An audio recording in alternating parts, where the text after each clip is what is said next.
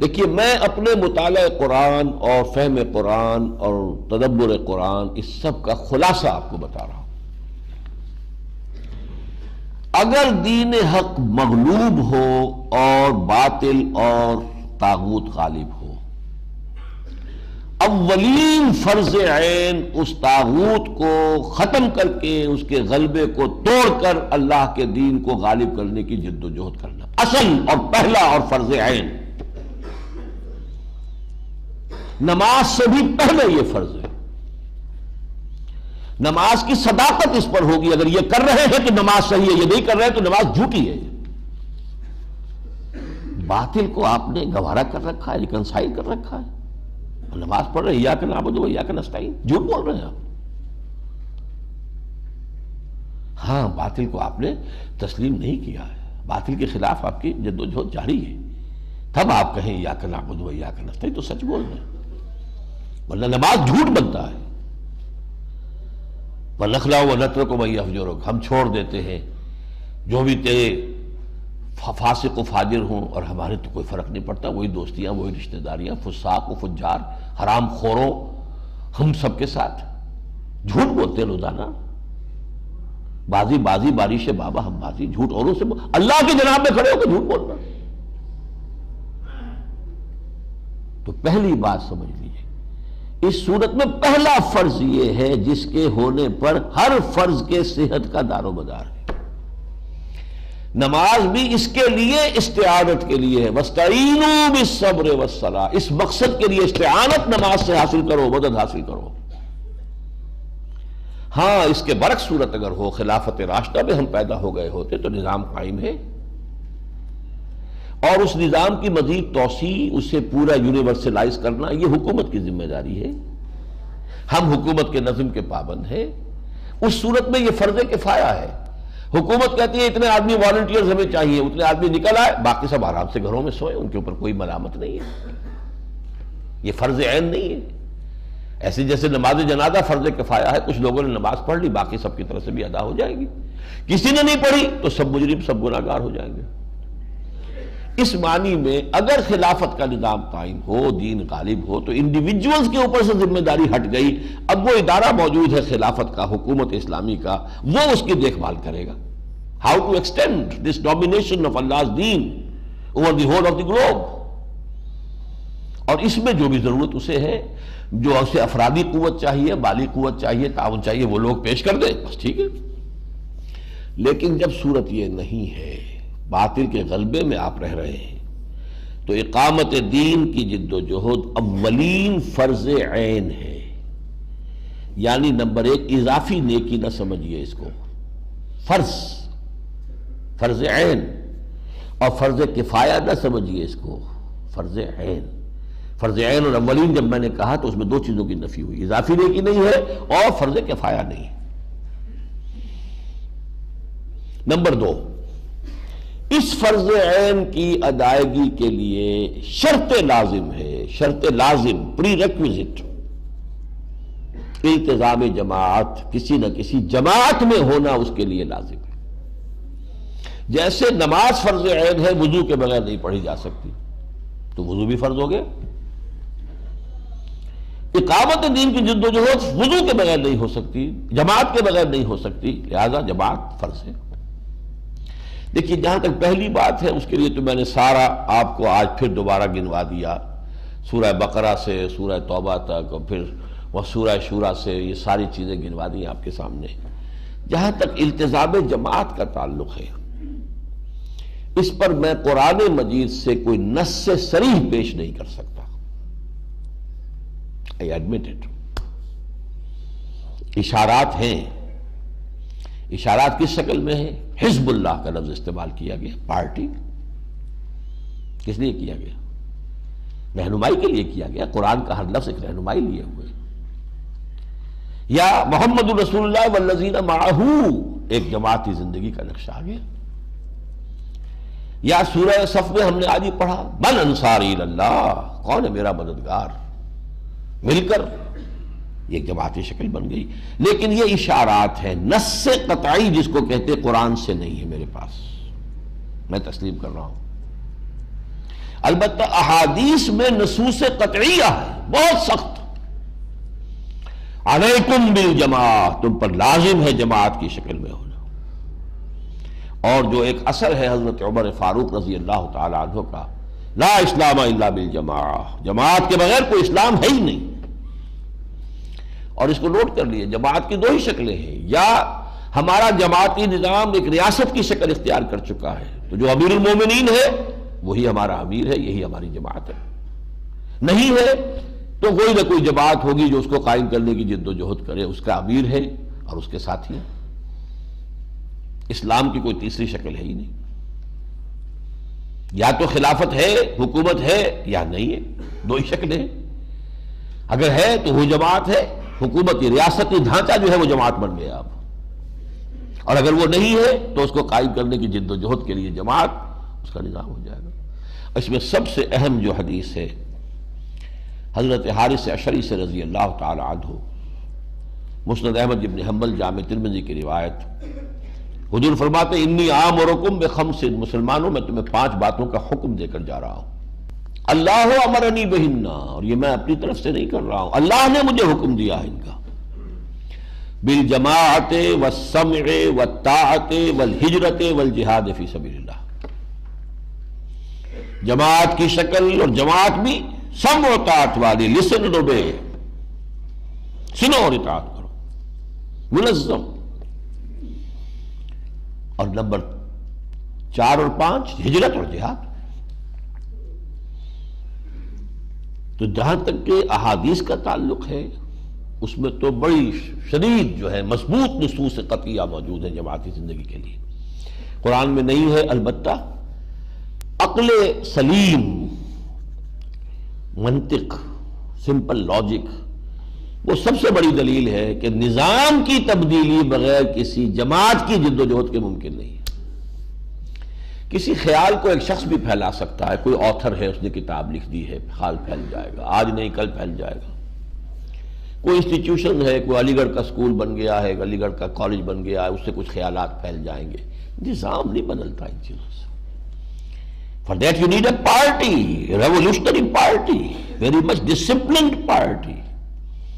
لیکن تو سارے مراحل آئیں گے کہ جو آتے ہیں، جنگیں بھی آئیں گی، تصادم بھی آئے گا، اور یہ جو ہے کوئی موب نہیں اس سے عہدہ برا ہو سکتا.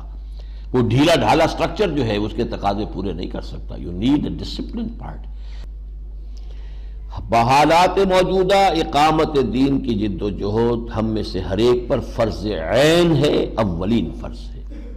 اس کی ادائیگی پر دوسرے فرائض کی ادائیگی کی قبولیت جو ہے اللہ کے ہاں وہ منحصر ہے، اس کی دار و مدار ہے. اور اس کے لیے جماعت کا التزام شرط لازم ہے.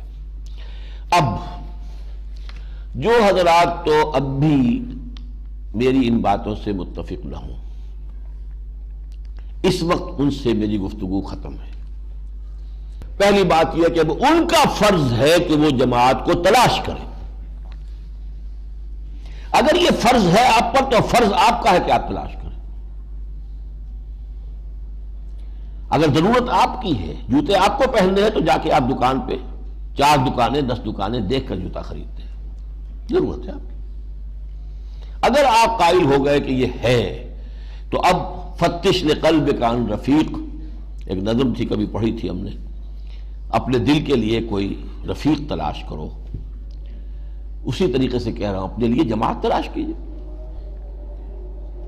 اس جماعت کی تلاش میں میں جو مدد آپ کو دے سکتا ہوں وہ یہ ہے کہ میں آپ سے یہ عرض کروں کہ اس کے جو خصائص ہونے چاہیے وہ کیا ہیں. نمبر 1، اس جماعت کا ڈکلیئرڈ گول ہونا چاہیے اقامت دین، نتھنگ لیس. کوئی سماجی کام، کوئی تعلیمی کام، کوئی تصنیفی کام، کوئی تحقیقی کام، کوئی تبلیغی کام نہیں.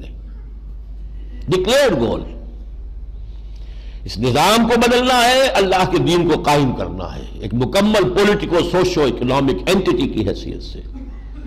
وہ نظام عدل و قسط جو اللہ نے عطا کیا محمد رسول اللہ کے ذریعے سے دین حق کی شکل میں، اسے بتمام و کمال قائم کرنا. This should be the declared goal and aim of the party. ورنہ نیکی کے کام بہت سے ہیں، وہ ہوتے رہتے ہیں پھر. آدمی مارک ٹائم کرتا رہتا ہے، ایک ہی جگہ کھڑے ہو کر وہ پاؤں اپنے ہلاتا رہتا، سمجھتا میں چل رہا ہوں، وہ نہیں۔ یہ پہلا وصف ہے لازم۔ نمبر 2، ڈسپلن ہونا چاہیے اس کا، ایسے نہیں سمع و طاعت، سننا اور ماننا۔ البتہ اس ڈسپلن کی 2 شکلیں ہو سکتی ہیں عملاً۔ ایک شکل جو کم سے کم 3 درجے افضل ہے، وہ ہے بیعت شخصی۔ ایک شخص سے بیعت کرنا کہ ہمیں تم پر اعتماد ہے اور ہم تمہارے ساتھ ہیں، مشورے ہم بھی دیں گے، فیصلہ تم کرو گے، ہم مانیں گے بشرطے کہ شریعت کے دائرے سے باہر نہ نکلو۔ یہ ہے شخصی بیعت، کسی شخص سے اپنے آپ کو وابستہ کر لیں۔ یہ 3 درجے افضل کیوں ہے؟ نمبر 1، قرآن میں اسی کا ذکر ہے جو ہم پڑھ چکے، سورہ فتح میں ہم نے پڑھا، پھر سورہ ممتحنہ میں خواتین کے لیے بھی آ گیا، حدیث میں اس کا ذکر ہے، سیرت میں اس کا ذکر ہے، اور کم سے کم 1300 برس تک تو امت مسلمہ کے اندر اس کے سوا کوئی شے بھی اجتماعیت کے لیے موجود ہی نہیں رہی۔ یعنی منصوص، مسنون، معصور، 3 جو ہیں اس کے ساتھ لاحقے ہیں کہ بیعت، شخصی بیعت ہی کا نظام رہا ہے۔ حضور نے بیعت لی، خلفاء نے لی، اگر وہ خلافت بگڑ رہی تھی اور حضرت حسین اس کو ٹھیک کرنے کے لیے میدان میں آئے تو بیعت لی۔ یہ دوسری بات ہے کہ وہ کوفی جو ہے اپنی بیعت توڑ گئے بعد میں، لیکن جو بھی کوشش ہوئی بیعت پر ہوئی، حکومت بنی تو بیعت پر بنی، یہاں تک کہ تزکیہ نفس کا ایک علیحدہ نظام بنا تو بیعت پر بنا۔ پیری مریدی کی بیعت بلکہ ہوتے ہوتے بیعت رہی گئی صرف وہ، باقی تو بیعتیں ذہن سے نکل گئی، بیعت جہاد تو رہی نہیں۔ پچھلی صدی میں جتنے جہاد ہوئے کولونیلزم کے خلاف، یہاں سید احمد بریلوی رحمۃ اللہ علیہ نے جہاد کیا سکھوں کے خلاف، اور پھر انگریزوں کے خلاف کرنے کا پروگرام تھا اصل میں۔ وہ تو ادھر سے ہنٹر لینڈ سے آنا چاہتے تھے کہ عالم اسلام کے ساتھ سرحد سے آگے بڑھے تو پہلے سکھوں کو صاف کرے، پھر انگریزوں کے ساتھ جو ہے زبردست آزمائی ہوگی۔ بیعت لی، بیعت کے اوپر جماعت بنائی۔ سوڈان میں مہدی سوڈانی نے انگریزوں کے خلاف جہاد کیا بیعت کی بنیاد پر۔ اٹلی میں جہاد کیا سنوسی نے اطالویوں کے خلاف، لیبیا میں بیعت کی بنیاد، چچنیا میں امام شامل نے جہاد کیا، 30 برس تک روس کی فوجوں کو جو ہے زار کی فوجوں کو انہوں نے پریشان کیے رکھا، بیعت کی بنیاد۔ تو یہ ہے مسنون، منصوص، معصور۔ البتہ اگر کوئی دستور ہے، جیسے جماعت اسلامی ہے، اس کا ایک دستور ہے، دستور کی اطاعت کرنی پڑتی ہے، جو شخص بھی شامل ہوتا ہے وہ دستور کا حلف لیتا ہے، یہ بھی میرے نزدیک جائز ہے، مباح ہے، حرام نہیں ہے۔ لیکن افضل 3 درجے جو ہے وہ شخصی بیعت ہے۔ بہرحال یہ دوسری بات ہوئی۔ نمبر 1 کہ ڈکلیئرڈ گول ہونا چاہیے اقامت دین، کوئی چھوٹا موٹا نیکی کا کام نہیں۔ نمبر 2 ڈسپلن ہونا چاہیے، بیعت کا سا ڈسپلن تو ہو، چاہے وہ شخصی بیعت ہو چاہے دستوری بیعت ہو۔ نمبر 3 ان سے ڈیمانڈ کی جانی چاہیے کہ آپ کا طریقہ کار کیا ہے، how do you want to proceed and how do you derive it from the seerah of the prophet. آپ نے کیسے اس کو، حضور کا اسوہ ہے ہمارے لیے، اس سے کیسے آپ نے اس کا اخذ کیا ہے، استنباط کیا ہے، استدلال کیا ہے، ڈیرائیو کیسے کیا ہے، ڈیڈیوس کیسے کیا، بتائیے، ثابت کیجیے۔ اور اگر کہیں پر آپ سمجھتے ہیں کہ حالات کی کوئی تبدیلی اتنی بنیادی ہے کہ اجتہاد کی ضرورت ہے تو وہ معین بات بتائیے، کہاں تبدیلی ہوئی ہے، کیا معین اس میں اجتہاد آپ کرنا چاہتے ہیں۔ یہ ہے نمبر 3۔ اس لیے کہ نبی جو ہوتے تھے ان کے تو ہاتھ میں ہاتھ دے کر آدمی مطمئن ہوتا تھا، وہ جدھر موڑ دے مڑ جاؤ، شمال میں رخ کر دے نماز پڑھنے کے لیے شمال میں رخ کر کے نماز پڑھو، جنوب میں کر دے جنوب میں پڑھو، دل مع الحق ہے سدار۔ نبی تو الحق ہے، اپنی ذات میں سچ ہے، مکمل حق ہے، لہذا اس کے ساتھ اٹیچ ہو گئے، جدھر وہ جا رہا ہے ادھر چلے جاؤ، اس سے پوچھنے کی ضرورت نہیں ہے آپ کہاں سے جائیں گے، کس راستے سے جائیں گے، کس وادی میں سے گزریں گے، نہیں۔ لیکن اب کوئی نبی تو نہیں ہے۔ جو شخص چاہتا ہے میں اس کام میں آگے بڑھنا چاہتا ہوں، میں کرنا چاہتا ہوں، آؤ میرا ساتھ دو، تو he has to define the methodology اور how he derives it from the seerah of the prophet، کہاں سے نکالا اس نے، کیسے نکالا، یہ تیسرا کام۔ چوتھا یہ کہ اس تنظیم اور جماعت کی قیادت کے قریب ہو کر دیکھیے کہ یہ بہروپ یہ تو نہیں ہے کہ کردار میں قول و عمل میں کوئی بہت بڑا فرق تو نہیں ہے، کوئی بڑی خلیج تو حائل نہیں ہے، یہ بھی چوتھی چیز ہے لازم۔ عام لوگ جو ہے ان میں بھی ہوگا، لیکن یہ کہ ان میں ہر طرح کے لوگ ہوں گے۔ جیسے حضور کی بھی تو جماعت ہی شمار ہوتی تھی، ان میں منافقین بھی تھے، لیکن یہ کہ وہ تو جماعت تھی حضور کی، مسلمان ہی سمجھے جاتے تھے۔ قیادت جو ہے، جو بھی اصل قائد ہے جس سے بیعت کر رہے ہیں، اور یا یہ کہ اس کے جو قریب ترین ساتھی، ان کو ضرور دیکھ لیا جائے۔ یہ چار کام ہیں کہ جن کو سامنے رکھ کر اب جس شخص کا مجھ سے اتفاق ہو گیا ہو کہ یہ دو فرض عین ہے اور اس کے لیے التزام جماعت واقعی ضروری ہے، جیسے وضو نماز کے لیے، تو اب یہ کام اس کا ہے کہ وہ تلاش کرے، اور جو بھی منیمم شرائط کے اوپر اسے سمجھ میں آئے کہ ایکسیپٹیبل ہے اس میں شریک ہو جائے۔ مزید کے لیے دیکھتا رہے، ہو سکتا ہے اس سے بہتر کوئی ہو جس کی طرف پہلے نگاہ نہیں گئی تھی، اگر بہتر سامنے آ جائے اس کو چھوڑے، اس میں شامل ہو جائے، اس لیے کہ یہ نبی کی جماعت نہیں ہے کہ جس کے ہاتھ ایک دفعہ ساتھ ہو کر پھر اس سے نکلنا کفر میں جانا ہو جائے، نہیں ہے جستجو کے خوب سے خوب تر کہاں۔ We have to be pragmatic, عملی ہونا چاہیے۔ آج کی تاریخ میں مجھے یہ جماعت نظر آ رہی ہے، میں جوائن کرتا ہوں، لیکن یہ کہ اگر اس کے بعد مجھے محسوس ہوتا ہے کہ اس سے بہتر جماعت ہے موجود، تو میں اسے چھوڑوں گا اور دوسری کو اختیار کروں گا۔ اور جب تک انسان اس جد و جہد میں ہے، اگر سنجیدگی سے کر رہا ہے، ایسے ہی نہیں بس کہ ہاں جی میں تلاش ہی کر رہا ہوں اور کوئی وقت اس میں لگا ہی نہیں رہا، کوئی بھاگ دوڑ اس کی ہے ہی نہیں، یہ نہیں، سنجیدگی سے اگر اور واقعتاً اس کی تلاش میں آدمی ہے، تو جب تک اسے ایسی جماعت نہیں ملتی وہ ایک درجے میں جماعتی زندگی ہی گزار رہا ہے۔ اور یہاں میں تشبیہ دوں گا کہ وضو تو نہیں ہوا، تیمم اس کا ہے۔ تیمم کے معنی ارادے کے ہیں، فتیمموا، پانی نہ پاؤ تو فتیمموا صعیدا طیبا، تو قصد کرو، ارادہ کرو پاک مٹی کا۔ تو جو شخص اس قصد میں ہے وہ بھی در حقیقت تیمم کے درجے میں کم سے کم جو ہے وہ تقاضا پورا کر رہا ہے، لیکن پرووائڈڈ ہی سیریس، پوری طریقے سے سنجیدگی سے وقت لگا کر وہ اس کام کو فیصلہ کن معاملہ اپنے لیے سمجھ کر، زندگی اور موت کا معاملہ سمجھ کر اس کے لیے وقت لگا رہا ہے۔ اچھا، اب میں صرف جہاں تک تنظیم اسلامی کا تعلق ہے، جو اس کا طریقہ کار ہے وہ میں چاہتا ہوں، یہ جو آپ کو 4 ورقہ دیا گیا ہے اس میں سے 2 ورقوں کے حوالے سے اس کو پڑھ لیں میرے ساتھ مل کر۔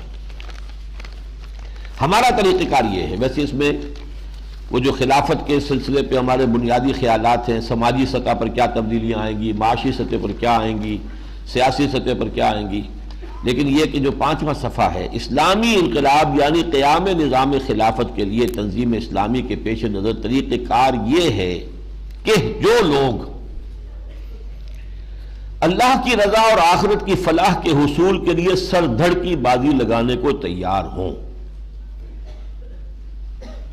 جن کا مقصود یہ بن گیا ہو، نصب العین یہ بن گیا ہو، جو اللہ کی رضا اور آخرت کی فلاح کے حصول کے لیے سر دھڑ کی بازی لگانے کو تیار ہوں، وہ نمبر 1 سب سے پہلے خود پوری طرح مسلمان اور حقیقی معنی میں اللہ تعالیٰ کے بندے بنے اور اپنی ذات اور اپنے دائرہ اختیار میں شریعت اسلامی نافذ کریں، اور اس کے لیے اپنے نفس کے خلاف بھی جہاد کریں، بگڑے ہوئے ماحول سے بھی مردانہ وار کشمکش کریں، اور دوسروں کو بھی مقدور بھر اس کی دعوت دیں، پہلا کام۔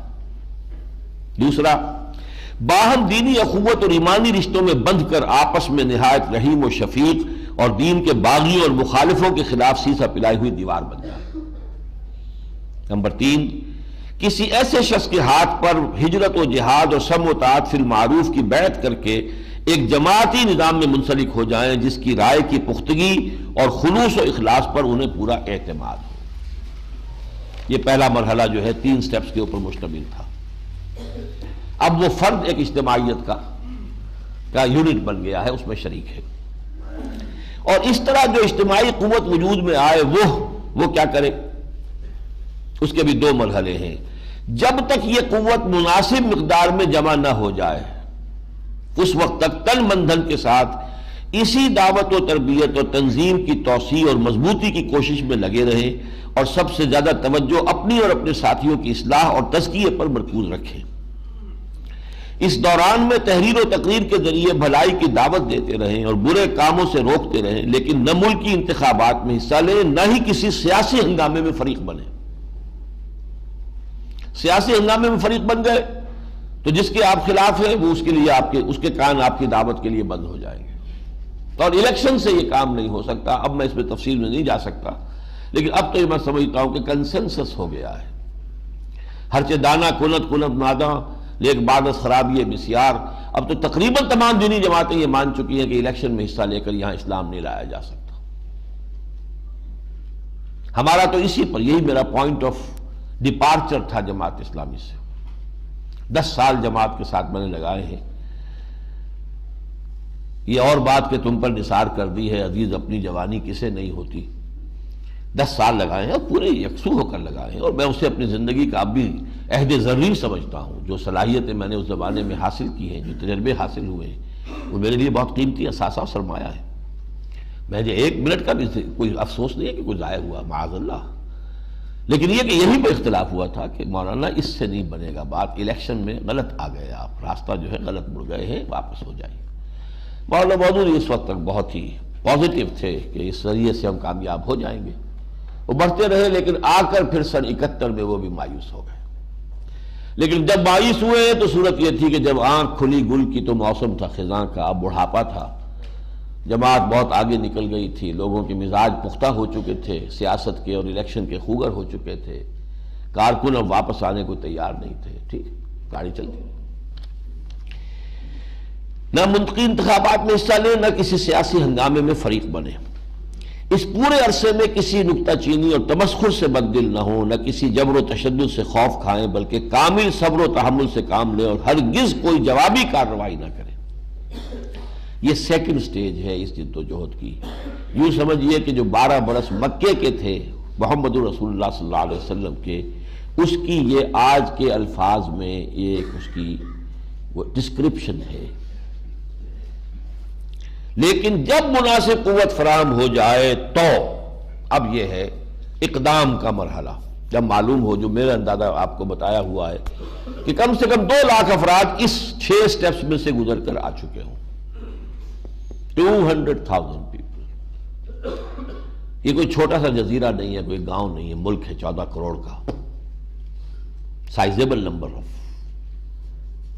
People, workers. جب مناسب قوت فراہم ہو جائے تو نمبر 1، اسلام نے جن برائیوں کی نشاندہی کی ہے ان کا قلع کما کرنے کے لیے کمر کس لیں، نہیں علی المنکر بالید، اب یہ ہم نہیں ہونے دیں گے۔ گھیراؤ کرے، پکٹنگ کرے، بینکوں کا پکٹنگ کرے، جاگیروں کی جا کر جو ہے وہ پکٹنگ کرے، نہیں چلنے دیں گے۔ یہ حرام خوری کے، حرام کاری کے اڈے نہیں چلنے دیں گے۔ حرام کاری کا سب سے بڑا اڈا بینک ہے، حرام کاری کا، خوری نہیں کہہ رہا، حرام کاری کہہ رہا ہوں۔ یہ کہ حضور نے کہا ہے کہ سود کے گناہ کے 70 حصے ہیں، جن میں سب سے ہلکا جو ہے اس کے مساوی ہے کوئی شخص اپنی ماں کے ساتھ زنا کرے۔ پکٹنگ کریں گے، نہیں چلنے دیں گے۔ مارو ہم پر گولیاں چلاؤ، مارو، شہادت ہے مطلوب و مقصود مومن، نہ مال غنیمت نہ کشور کشائی۔ اس کے لیے جلسوں، جلوسوں، مظاہروں، ناکہ بندیوں کی شکل میں اپنی طاقت کے مظاہرے کے لیے تمام جدید ذرائع استعمال کریں، اس شرط کے ساتھ کہ یہ سب کچھ پرامن ہو اور اس میں ان کی جانب سے کوئی تشدد نہ ہو، جانے دینے کو تیار ہو، کسی کی جان لے نہیں، کسی کی پراپرٹی کو نقصان نہ پہنچائے، کوئی بس نہ جلائیں، کوئی اسٹریٹ لائٹس نہ توڑے، کوئی اور سائن بورڈ نہ توڑے، اسٹریٹ اپنے مقصد کی طرف۔ ہاں، اپنی جانیں دینے کو تیار رہیں، اور اگر ان پر تشدد کیا جائے تو کمال صبر و استقلال کا مظاہرہ کریں، حتیٰ کہ اس راہ میں جان دے دینے کو سب سے بڑی کامیابی سمجھیں۔ شہادت ہے مطلوب و مقصود مومن، نہ مال غنیمت نہ کشور کشائی۔ اس پہم کشاکش اور جہاد فی سبیل اللہ میں یا حق کا بول بالا ہو جائے یا شہادت کی موت نصیب ہو جائے۔ وَهُوَ الْمَطْلُوب، وہ ہے ہمارا مطلوب و مقصود۔ شہادت ہے مطلوب و مقصود مومن، نہ مال غنیمت نہ کشور کشائی۔ اقول قولی ھذا واستغفر اللہ لی ولکم ولسائر المسلمین والمسلمات۔